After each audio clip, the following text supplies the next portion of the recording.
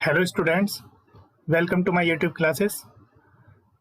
हमने स्टार्ट किया है engineering mathematics second unit first पढ़ रहे हैं, जिसका आज लेक्चर 2 हम स्टार्ट करेंगे। हमने पिछले लेक्चर में डिफरेंशियल इक्वेशन के बारे में पढ़ा, उसके बाद उसके टाइप्स के बारे में पढ़ा, जो कि कितने टाइप्स की डिफरेंशियल इक्वेशन होती है। 2 टाइप्स में उसको क्लासिफाइड किया। डिफरेंशियल इक्वेशन के बारे में सबसे पहले हमने इसकी डेफिनेशन, ठीक है, डिफरेंशियल इक्वेशन, उसके बारे में हमने देखा कि ये 2 टाइप्स में हमने इसको क्लासिफाइड किया। पहला टाइप था ऑर्डिनरी डिफरेंशियल इक्वेशन और दूसरी थी पार्शियल डिफरेंशियल इक्वेशन। ठीक है, देखिए इन दोनों में हमने बताया था कि इसका नाम ऑर्डिनरी क्यों है। जब भी हमारे पास नंबर ऑफ इंडिपेंडेंट वेरिएबल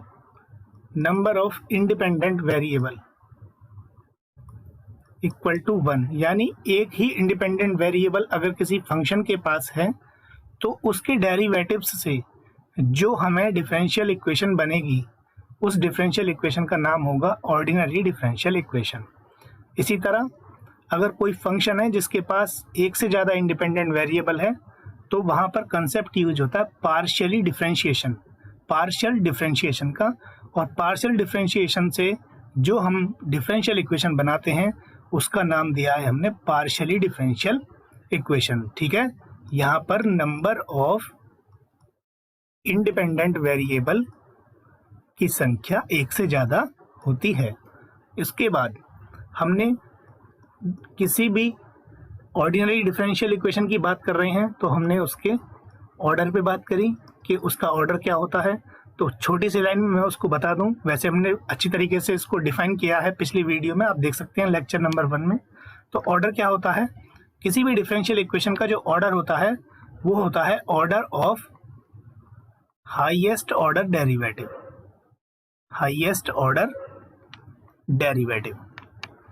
ठीक है, जितना हाईएस्ट ऑर्डर का डेरिवेटिव उस डिफरेंशियल इक्वेशन के पास होगा वही डिफरेंशियल इक्वेशन का क्या बन जाएगा, ऑर्डर। उसके बाद हमने दूसरी बात करी थी किसी डिफरेंशियल इक्वेशन की डिग्री क्या होती है। तो देखिए डिग्री हमने बताया था कि डिग्री जो होती है वो होती है highest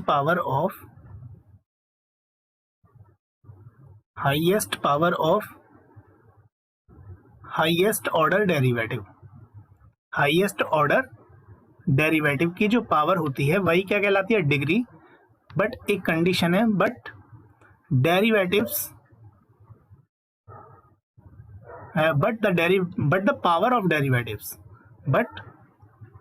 the power of derivatives free from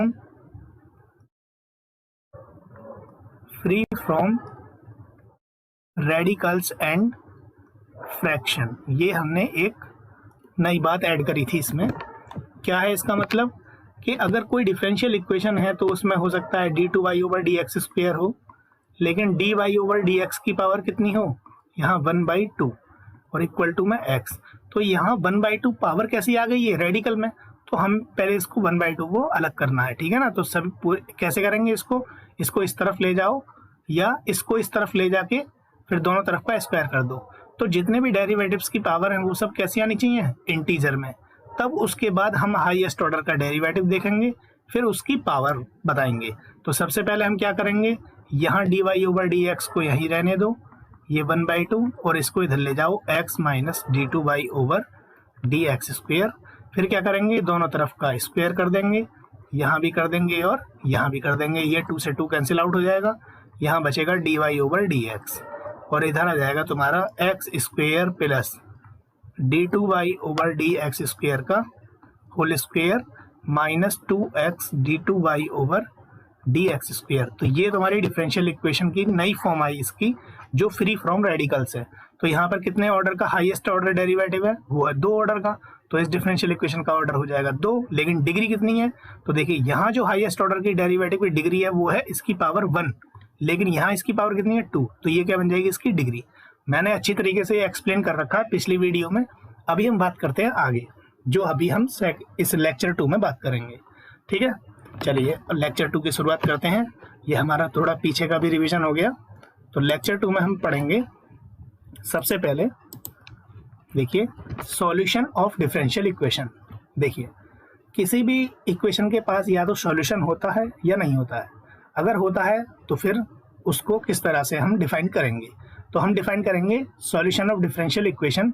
देखिए किसी भी डिफरेंशियल इक्वेशन का जो सॉल्यूशन होता है is the relation between dependent variable and independent variable. हमें पता है इंडिपेंडेंट वेरिएबल क्या है x और डिपेंडेंट वेरिएबल क्या है y।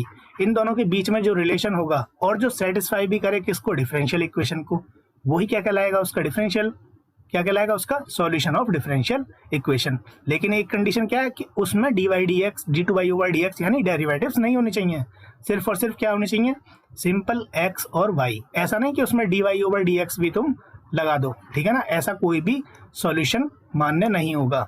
Solution should be free from derivatives. मैंने साफ साफ इसमें बोल रखा है, ए solution of differential equation is the relation between dependent variable, independent variable, free from derivatives. ये लाइन आप नोट कर लेना, क्या कौन सी लाइन है, ये फ्री फ्रॉम डेरिवेटिव्स, ठीक है ना, ये free from derivative which satisfy, और वो सेटिस्फाई भी करना जरूरी है क्योंकि सॉल्यूशन का मतलब ही यही है।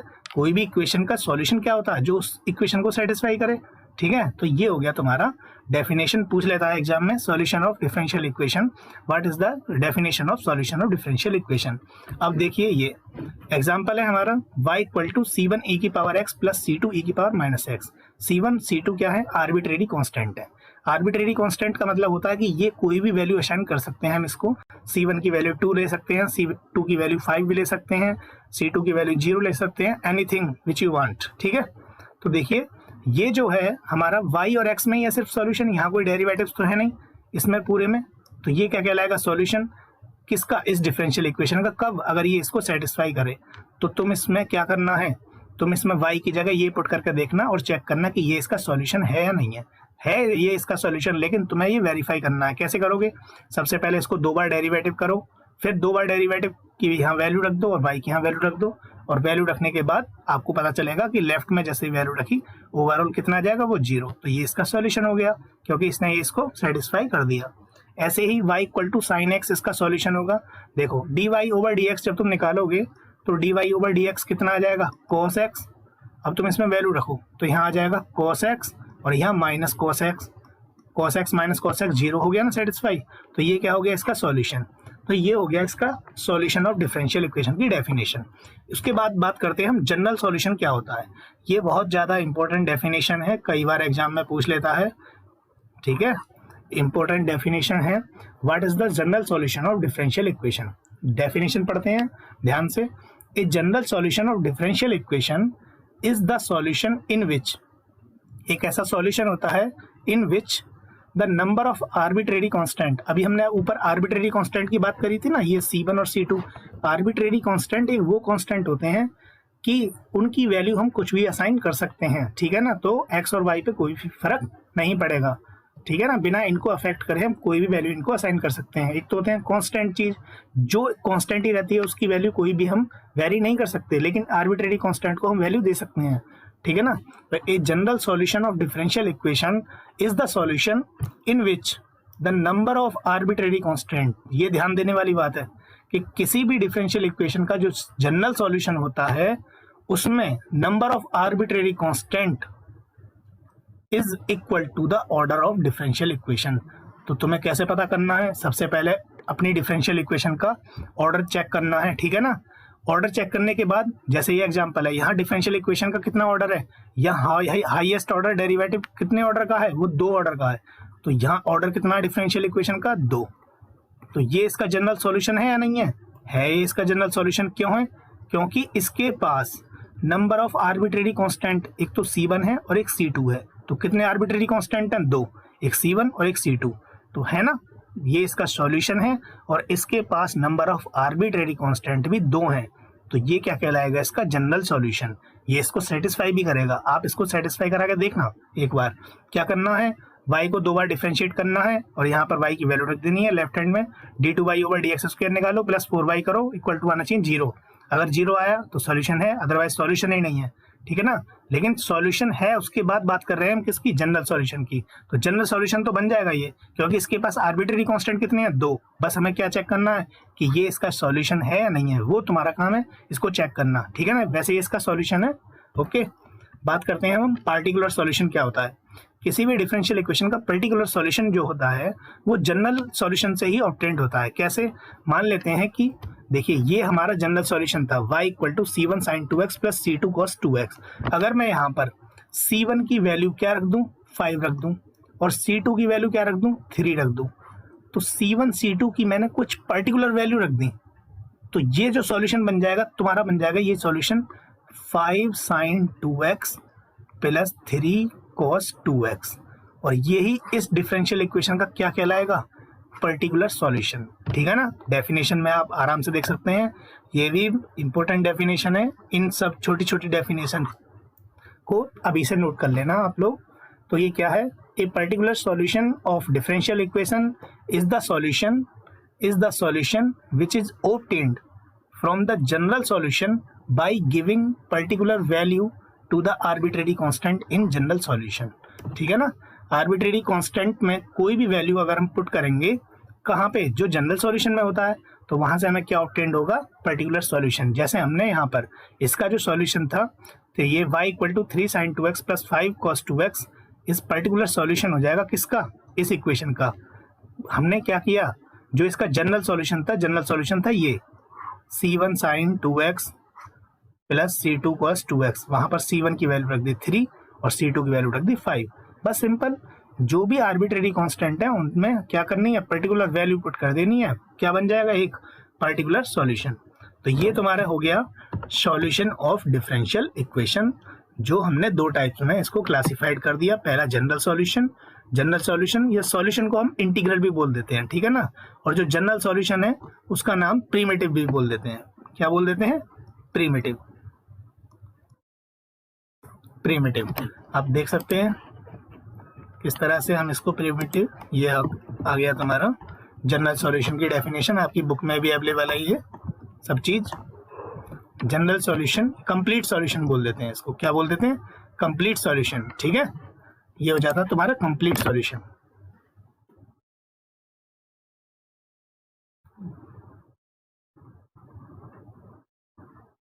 कंप्लीट सॉल्यूशन, इसका दूसरा नाम भी है कंप्लीट सॉल्यूशन। तो ये हो गए तुम्हारे सॉल्यूशंस। उसके बाद हम नेक्स्ट जो पढ़ेंगे, ये पढ़ेंगे अब हम फॉर्मेशन ऑफ डिफरेंशियल इक्वेशन। देखिए यहाँ से क्वेश्चन एक आना जरूरी है, यहाँ से सेक्शन ए पार्ट में क्वेश्चन आता ही आता है कि पूछ लेता है कि सॉल्यूशन से तुम डिफरेंशियल इक्वेशन कैसे बनाओगे, ठीक है। तो पहले देखते हैं इसको। Differential equation are formed by eliminating arbitrary constant. कैसे बनती हैं, आर्बिट्रेरी कांस्टेंट्स जो होते हैं उनको एलिमिनेट करके, लेकिन कहाँ से एलिमिनेट करेंगे, from the general solution of differential equation. देखिए हमारे लिए कोई सॉल्यूशन दे देगा कि c1 sin 2x plus c2 cos 2x ये किसी डिफरेंशियल इक्वेशन का सॉल्यूशन है, तो बताइए इसकी डिफरेंशियल इक्वेशन क्या होगी, इस तरह से पूछ लेता है क्वेश्चन। तो इसको करने की क्या टेक्निक है, मैंने ये नोट में लिख कर रखा है। नोट में क्या है, देखिए हम अगर हमारे पास suppose we have solution having arbitrary constant only 1, अगर हमारे पास एक ऐसा जनरल सॉल्यूशन है जिसमें आर्बिट्रेरी कांस्टेंट कितने हैं, ओनली 1, तो हमें उसके लिए कितनी इक्वेशन बनानी पड़ेंगी, वो हमें बनानी पड़ेंगी उसके लिए 2 equation. We need 2 equation to eliminate it, ठीक है ना। एक आर्बिट्रेरी कांस्टेंट को एलिमिनेट करने के लिए हमें 2 इक्वेशन बनानी पड़ेंगी। और अगर हमारे पास आर्बिट्रेरी कांस्टेंट 2 हो जाते हैं, कितने हो जाते हैं, 2, तो हमारे लिए कितनी इक्वेशन बनानी पड़ेंगी, हमारे लिए बनानी पड़ेंगी उसके लिए 3 इक्वेशन। ऐसे ही मान लेते हैं जनरल, अगर हमारे पास n आर्बिट्रेरी कांस्टेंट हैं किसी सॉल्यूशन में, तो हमें उसके लिए कितनी इक्वेशन क्रिएट करनी पड़ेंगी, n+1। अब वो कैसे होगा प्रोसेस, वो मैं भी एक एग्जांपल के थ्रू बताऊंगा, ठीक है ना। ये एग्जांपल है, देखिए आराम से पढ़िए एग्जांपल तुम्हारे सामने लिखा हुआ है ये, eliminate the arbitrary constant a and b। यहाँ पर आर्बिट्रेरी कांस्टेंट कौन कौन से हैं, a और b फ्रॉम द इक्वेशन। ये कोई इक्वेशन है, ठीक है ना, e की power x a cos x plus b sin x, and obtain differential equation, ठीक है ना। तो यहाँ पर ये सॉल्यूशन है, मैं मान लेता हूं let y equal to e की power x a cos x plus b sin x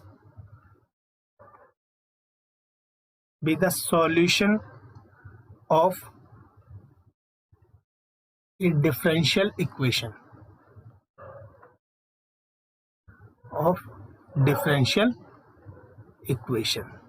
ठीक है। ये बोल रहे हैं कि आर्बिट्रेरी कॉन्स्टेंट्स को एलिमिनेट करके जो डिफरेंशियल इक्वेशन बनती है उसको बनाइए। तो कैसे बनाएंगे, देखिए ये मान लेते हैं कि ये जो है सॉल्यूशन है, तो सॉल्यूशन का नाम दे दिया मैंने y, ठीक है ना। तो ये क्या हो गया, y हमारा डिपेंडेंट वेरिएबल, और ये क्या है हमारी जो x है ये है इंडिपेंडेंट वेरिएबल, ठीक है, इंडिपेंडेंट वेरिएबल। मैं इसको हटा दे रहा हूं, तो हमें इस इक्वेशन का नाम रख देते हैं फर्स्ट। सबसे पहले इसको डिफरेंशिएट करेंगे। यहाँ पर आर्बिट्रेरी कांस्टेंट कितने हैं, एक ये है और एक ये है, 2। तो हमारे लिए कितनी इक्वेशन चाहिए, हमने पिछले नोट्स में देखा कि अगर हमारे पास 2 आर्बिट्रेरी कांस्टेंट हैं तो हमें 3 इक्वेशन चाहिए। तो 3 इक्वेशन कैसे बनाएंगे, एक तो हमारे पास ये हो गई, दूसरी सबसे पहले इसको डिफरेंशिएट कर देते हैं, ठीक है ना। तो differentiate equation first with respect to x। तो विद रेस्पेक्ट टू x तो किस तरह से इसको लिखेंगे, ये हो जाएगा तुम्हारा y1 y डैश यानी dy/dx, ठीक है। dy/dx को मैं क्या लिख दे रहा हूँ, y डैश। तो y डैश इक्वल टू हो जाएगा, यहाँ 2 फंक्शन है, पहली ये है x की फंक्शन और दूसरी ये है, तो प्रोडक्ट रूल। तो प्रोडक्ट रूल में e की पावर x का डिफरेंशिएशन e की पावर x, इसका a cos x plus b sin x, ये एज इट इज, ये सेकंड फंक्शन है एज इट इज, ये तुम्हारी फर्स्ट फंक्शन है और ये तुम्हारी सेकंड फंक्शन है पूरी ओवरऑल, ठीक है। देखिए तो पहला फंक्शन का डिफरेंशिएशन कर दिया, दूसरा एज इट इज प्लस, अब पहला वाला फंक्शन एज इट इज, दूसरे वाले का डिफरेंशिएशन करूंगा तो यहाँ a कांस्टेंट है, cos x का कितना हो जाएगा माइनस sin x, ठीक है, प्लस b sin x का कितना हो जाएगा cos x। अब देखिए ये तुम्हारा जो पूरा पार्ट है इधर, ये वाला पार्ट ये किसके इक्वल है, ये तुम्हारा y के इक्वल है, तो क्यों ना मैं इसकी वैल्यू y रख दूं। तो ये हो जाएगा तुम्हारा y प्लस ये e की पावर x, ये हो जाएगा माइनस का a sin x plus b cos x, ये होगी तुम्हारी इक्वेशन नंबर सेकंड, ठीक है। उसके बाद मैं इक्वेशन नंबर सेकंड को अगेन डिफरेंशिएट करता हूं, ठीक है। Differentiate equation second with respect to x। तो y एक बार डिफरेंशिएशन हो चुका है, एक और बार कर दोगे तो डबल डैश, ठीक है ना। इसका मतलब क्या है, d2y ओवर dx स्क्वायर। देखिए y डबल डैश यहाँ हो गया, y का एक बार डिफरेंशिएशन करेंगे तो y डैश प्लस, यहाँ से फिर दोबारा प्रोडक्ट रूल लगेगा, तो फर्स्ट फंक्शन का डिफरेंशिएशन e की पावर x का e की पावर x, इसकी वैल्यू कितनी आ जाएगी, ये as it is minus a sin x plus b cos x। अभी इसका डिफरेंशिएशन नहीं किया मैंने, e की पावर x का किया है, प्लस अब e की power x as it is, इसका डिफरेंशिएशन तो ये हो जाएगा माइनस का a sin x का डिफरेंशिएशन cos x और प्लस b और इसका cos x का डिफरेंशिएशन माइनस sin x, ठीक है। ये हो गया तुम्हारा डिफरेंशिएशन। तो ये हो गया y double dash equal to y dash plus, देखिए e की पावर x, अभी इसको एज इट इज रहने देते हैं, e की power x minus a sin x plus b cos x। यहाँ से मैं पूरे में से माइनस कॉमन ले लूँ तो ये जाएगा माइनस बाहर e की पावर x और ये a cos x plus b sin x, ठीक है। अब देखिए ये जो वैल्यू है हमारी, ये पूरी वैल्यू किसकी है, ये y की है, ये किसकी वैल्यू है y की, तो इसकी जगह तो मैं y पुट कर सकता हूँ, ठीक है ना। मुझे बस मेरा अल्टीमेट एम ये है कि मैं एक ऐसी इक्वेशन बनाऊं जिसमें a और b गायब हो जाए, ठीक है। तो ये यहाँ y double dash equal to चल रहा है, देखिए ये इसकी वैल्यू कितनी है, ई की power X minus A sine X plus B cos X. तो ये तुम्हारी इक्वेशन सेकंड से मैं इसकी वैल्यू निकाल सकता हूँ। तो इसकी वैल्यू कितनी हो जाएगी, वाई डैश माइनस वाई। देख रहे हैं ना आप, ये जो पूरी वैल्यू है ई की power X into minus A sine X plus B cos X, कहाँ से देखो, ये इक्वेशन सेकंड से। इसकी पूरे की वैल्यू कितनी है, इसकी पूरे की वैल्यू है वाई डैश माइनस वाई। कितनी वैल्यू है, वाई डैश माइनस वाई। ठीक है, देखिए इसका नाम रख देते हैं, ये हो गई इक्वेशन 3। अब ये हमारे पास एक इक्वेशन ये रही, एक दूसरी इक्वेशन ये रही और तीसरी इक्वेशन ये रही। इन तीनों की हेल्प से हमें एक ऐसी इक्वेशन बनानी है जिसमें से ए और बी हट जाएं और सिर्फ क्या हो रिलेशन में, एक्स और वाई। तो सबसे पहले देखिए, मैं इक्वेशन सेकंड के पास जाता हूं और वहां से Y dash minus Y equal to कितना आ जाएगा, यह आ जाएगा ई की power X minus A sine X plus B cos X. ठीक है, ये वैल्यू मैं पुट कर देता हूं कहां पर, इक्वेशन थर्ड में। और फ्रॉम इक्वेशन फर्स्ट क्या था, y इक्वल टू ई की power x a cos x plus b sin x। ये दोनों वैल्यू कहां पुट कर देता हूं, ये दोनों वैल्यू पुट कर देता हूं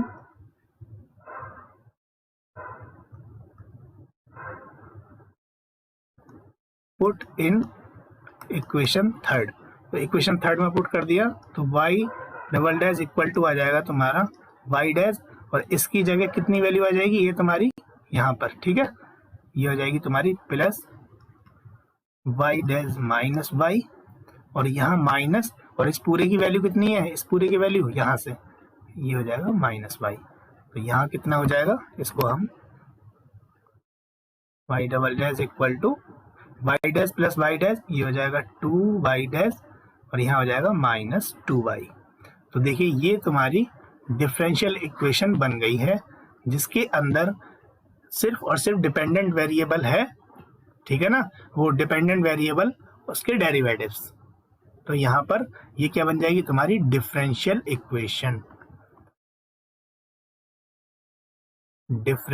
इक्वेशन।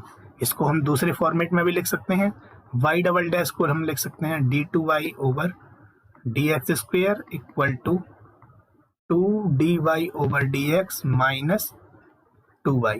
तो ये इसका दूसरा लिखने का तरीका हो गया। तो इसका ऑर्डर कितना है, यहाँ हाईएस्ट ऑर्डर डेरिवेटिव टर्म देखो, यहाँ तो एक बार डिफरेंशिएशन नहीं हुआ y का, यहाँ एक बार हो रहा है, यहाँ 2 बार। तो हाईएस्ट टाइम कितने बार हो रहा है, 2 बार।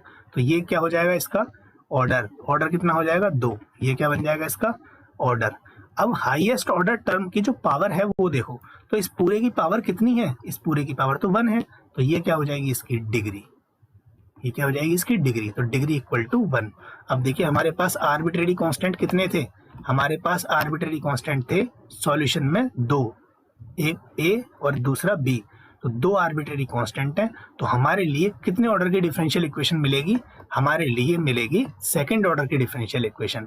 ठीक है ना, तो अगर हमारे पास n आर्बिट्रेरी कांस्टेंट है, n आर्बिट्रेरी कांस्टेंट्स हैं सॉल्यूशन में, तो अगर हमें डिफरेंशियल इक्वेशन उसकी बनानी है तो कितने ऑर्डर की डिफरेंशियल इक्वेशन बनेगी, डिफरेंशियल इक्वेशन का जो ऑर्डर होगा, differential equation will be of order n। ठीक है ना, n ऑर्डर की बनेगी। और किस तरह से प्रोसेस, n आर्बिट्रेरी कांस्टेंट को एलिमिनेट करने के लिए हमें n+1 इक्वेशंस चाहिए। n+1 इक्वेशंस की हेल्प से हम एक डिफरेंशियल इक्वेशन बनाएंगे जिसमें आर्बिट्रेरी कांस्टेंट नहीं होंगे।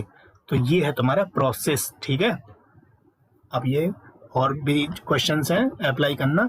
जो नेक्स्ट अब मैं टॉपिक इसमें पढ़ाने जा रहा हूँ वो है तुम्हारा linearly dependent and independent solution. देखिए किसी भी डिफरेंशियल इक्वेशन के पास जो सॉल्यूशन होते हैं वहाँ यही टॉपिक बहुत इंपॉर्टेंट है, तो इसलिए ये टॉपिक तुम अपना अच्छे से कवर कर लेना। Linear dependent and independent solution क्या होते हैं, देखिए आप ये शायद फर्स्ट सेमेस्टर में थोड़ा बहुत इसके बारे में पढ़ा हो, अब मैं दोबारा से इसको बताने जा रहा हूँ। वहाँ पर हम देखते थे कि वेक्टर्स की लीनियर डिपेंडेंट और इंडिपेंडेंट के बारे में यूनिट फर्स्ट मैट्रिसेस में पढ़ा था, ठीक है। अब हम बात करेंगे सॉल्यूशंस पे कैसे बात करते हैं। देखिए, मान लेते हैं let y1 and y2 be two solution of any differential equation, ठीक है ना। किसी भी डिफरेंशियल इक्वेशन के दो सॉल्यूशन है। तो सबसे पहले then they are linearly dependent, ये लीनियरली डिपेंडेंट कहलाएंगे if there exist C1 and C2। मुझे कोई दो कांस्टेंट ऐसे मिल जाए, लेकिन दोनों कैसे होने चाहिए, दोनों जीरो नहीं होने चाहिए, यानी कोई एक तो नॉन जीरो होना ही चाहिए, या दोनों भी नॉन जीरो हो सकते हैं, लेकिन दोनों एक साथ कभी भी जीरो नहीं हो सकते। तो ऐसे दो कांस्टेंट मिल जाए such that C1y1 plus C2y2 equal to zero. तो ऐसे सॉल्यूशंस को मैं क्या बोलूंगा, लीनियरली डिपेंडेंट, यानी कोई भी दो सॉल्यूशन लीनियरली डिपेंडेंट कहलाएंगे अगर C1 C2 मिल जाए, बस C1 C2 में दोनों एक साथ जीरो नहीं होने चाहिए, कोई एक तो हमेशा नॉन जीरो होना ही चाहिए। C1 C2 आर ऐसे कांस्टेंट हैं जो नॉट बोथ जीरो, ऐसे मिल जाए कि C1y1 plus C2y2 equal to कितना आ जाए, जीरो फॉर एवरी x, ठीक है। तो ये क्या कहलाएगा हमारा, यहाँ फॉर एवरी x जरूरी नहीं है, ठीक है ना। C1y1 प्लस C2y2 ये तुम्हारा यहाँ पे इसको हटा दो, तो ये y1 y2 क्या कहलाएंगे, linearly dependent if there exist C1 and C2 not both zero such that C1y1 plus C2y2 equal to zero. ये इसकी डेफिनेशन है। और ये ही सॉल्यूशन इंडिपेंडेंट कहलाएंगे, लीनियरली इंडिपेंडेंट इफ अगर कभी भी C1y1 plus C2y2 equal to zero हो, और ये इंप्लाई कर दे कि ये तभी पॉसिबल है जब C1 इक्वल टू जीरो है और C2 इक्वल टू जीरो है, तब ये दोनों सॉल्यूशन आपस में कैसे कहलाएंगे, लीनियरली इंडिपेंडेंट। देखिए, ये डेफिनेशन से अगर आप नहीं जा सकते तो इसके लिए दूसरा मेथड है जो कि तुम्हारे इसी यूनिट में है, वो है रॉन्स्कियन मेथड। रॉन्स्कियन मेथड क्या कहता है कि अगर दो सॉल्यूशन है तुम्हारे पास y1 y2 किसी डिफरेंशियल इक्वेशन के, ठीक है, तो वो लीनियरली डिपेंडेंट कहलाएंगे अगर उनका रॉन्स्कियन क्या है, जीरो, ठीक है। या फिर इफ एंड ओनली इफ है, अगर Wronskian of two solution is zero then y1 y2 are linearly independent. y1 y2 linearly independent then Wronskian will be zero. अब ये रॉन्स्कियन कैसे निकालते हैं, रॉन्स्कियन ऑफ y1 y2 ऐसे निकालेंगे कि y1 y2 2/2 का एक डिटर्मिनेंट बनेगा, यहाँ फर्स्ट डेरिवेटिव y1 का, यहाँ y2 का फर्स्ट डेरिवेटिव, बस इसको सॉल्व कर लो। अगर इसकी वैल्यू जीरो आती है तो लीनियरली डिपेंडेंट, और नॉन जीरो आती है अदरवाइज क्या कहलाएंगे, लीनियरली इंडिपेंडेंट।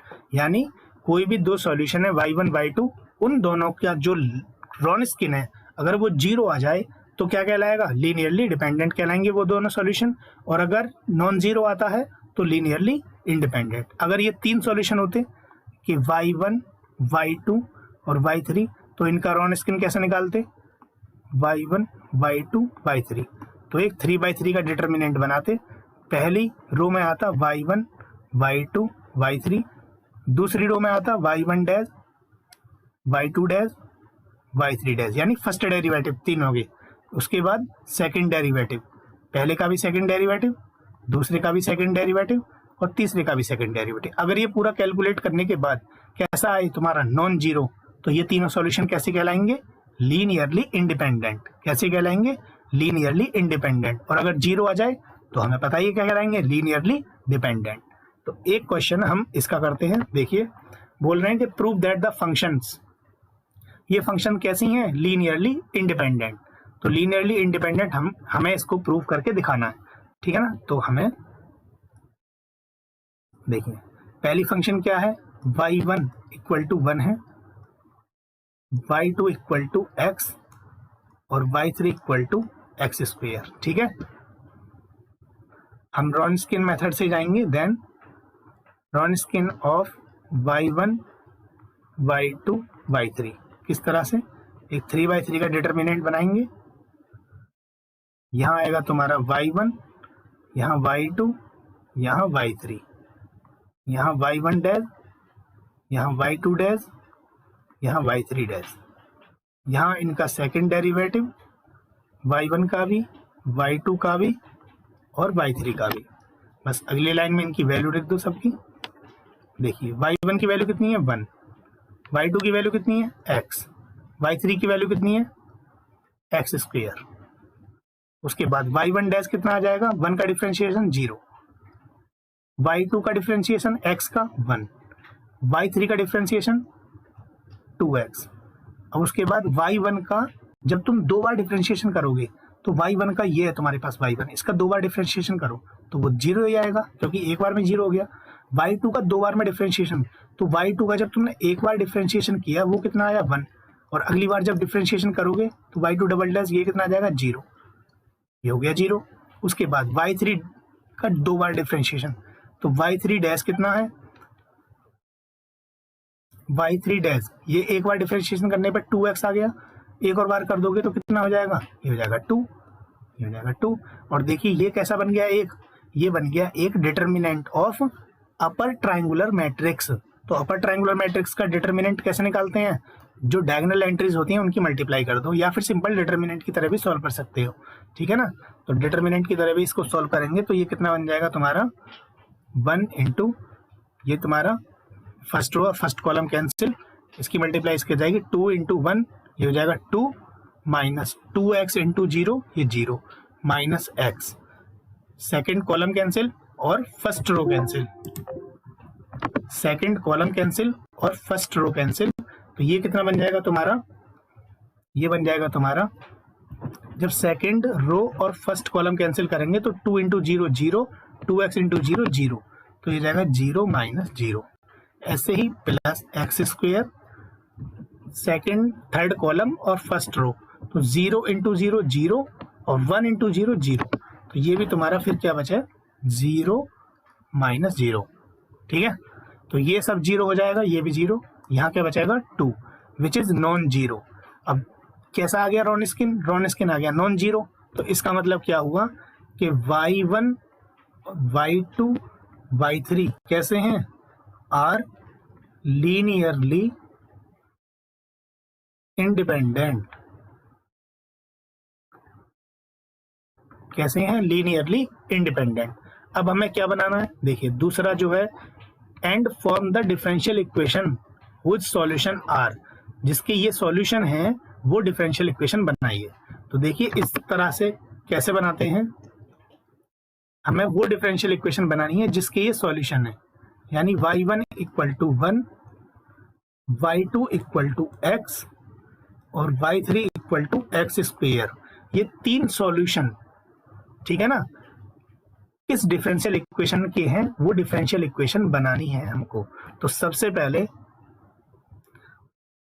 जनरल सॉल्यूशन बनाएंगे, let the general solution is, तो जनरल सॉल्यूशन कैसे बनाते हैं, वो बनाते हैं y equal to c1y1 c2y2 plus c3y3। यहाँ जो कॉन्सेप्ट यूज होता है वो यूज होता है कि सॉल्यूशंस का जो लीनियर कॉम्बिनेशन होता है वो भी सॉल्यूशन होता है। तो इसलिए ये जो सॉल्यूशन होगा ये हम आर्बिट्रेरी कांस्टेंट ऐड कर रहे हैं तो इसका नाम देंगे जनरल सॉल्यूशन। तो ये c1 y1 की वैल्यू हो जाएगी 1, तो into 1 plus c2 into x plus c3 into x square, तो ये हो जाएगा y equal to c1 plus c2x plus c3 x square. तो ये हो गया तुम्हारा जनरल सॉल्यूशन, पहली इक्वेशन। अब हमारे पास जब सॉल्यूशन आ गया और कितने इसके पास आर्बिट्रेरी कांस्टेंट हैं, 3 हैं, तो हमें कितनी इक्वेशन चाहिए, हमें चाहिए 4 इक्वेशन। कितनी इक्वेशन चाहिए, हमें चाहिए 4 इक्वेशन। तो कैसे बनाएंगे, सबसे पहले इसका डिफरेंशिएशन कर दो, तो y डैश इक्वल टू कितना हो जाएगा, ये y डैश इक्वल टू आ जाएगा तुम्हारा c1 का 0 प्लस c2 प्लस 2c3x, ठीक है, ये इक्वेशन होगी तुम्हारी सेकेंड। उसके बाद यहाँ से एक और बार डिफरेंशिएशन करेंगे तो ये कितना हो जाएगा तुम्हारा y double dash equal to, ये हो जाएगा 0 प्लस 2c3, ठीक है, ये तुम्हारी हो गई तीसरी इक्वेशन। क्या इन तीनों की हेल्प से हम अभी बना सकते हैं, कितनी इक्वेशन हो गई टोटल हमारे पास, 1 2 3 आर्बिट्रेरी कांस्टेंट थे और अभी हमारे पास 3 इक्वेशन है। क्या हम इन तीनों की हेल्प से आर्बिट्रेरी कांस्टेंट को एलिमिनेट कर सकते हैं, नहीं कर सकते। कैसे? देखिए C3 की वैल्यू अगर मैं इसमें पुट कर दूं तो ये इक्वेशन यहाँ आ जाएगी y dash equal to C2 plus something y, और यहाँ से फिर C2 की वैल्यू निकाल के इसमें पुट कर दूं तो C1 तो फिर भी नहीं होगा, तो मुझे एक और क्या करना पड़ेगा, एक और बार डिफ्रेंशिएशन करना पड़ेगा। तो y 3 time differentiation equal to 0। तो ये जो तुम्हारी डिफरेंशियल इक्वेशन है ये बनी डिफरेंशियल इक्वेशन, ठीक है ना। डिफरेंशियल इक्वेशन, इसमें क्या है, इसमें डेरिवेटिव्स तो है, इसमें क्या है, डेरिवेटिव्स। डिफरेंशियल इक्वेशन में जरूरी क्या होना चाहिए, डेरिवेटिव्स, ठीक है। तो ये बन गई तुम्हारी डिफरेंशियल इक्वेशन। ओके, नेक्स्ट हम डिफरेंशियल इक्वेशन की सॉल्यूशंस पे बात करेंगे नेक्स्ट वीडियो में। तो देखते हैं डिफरेंशियल इक्वेशन के जो सॉल्यूशन है, सबसे पहले हम differential equation of first order पढ़ेंगे, उसके बाद हायर ऑर्डर पे बात करेंगे, ठीक है। Thank you so much for watching this video. अगर इस वीडियो में आपको कहीं भी कोई डाउट हो तो आप कमेंट सेक्शन में बता सकते हैं।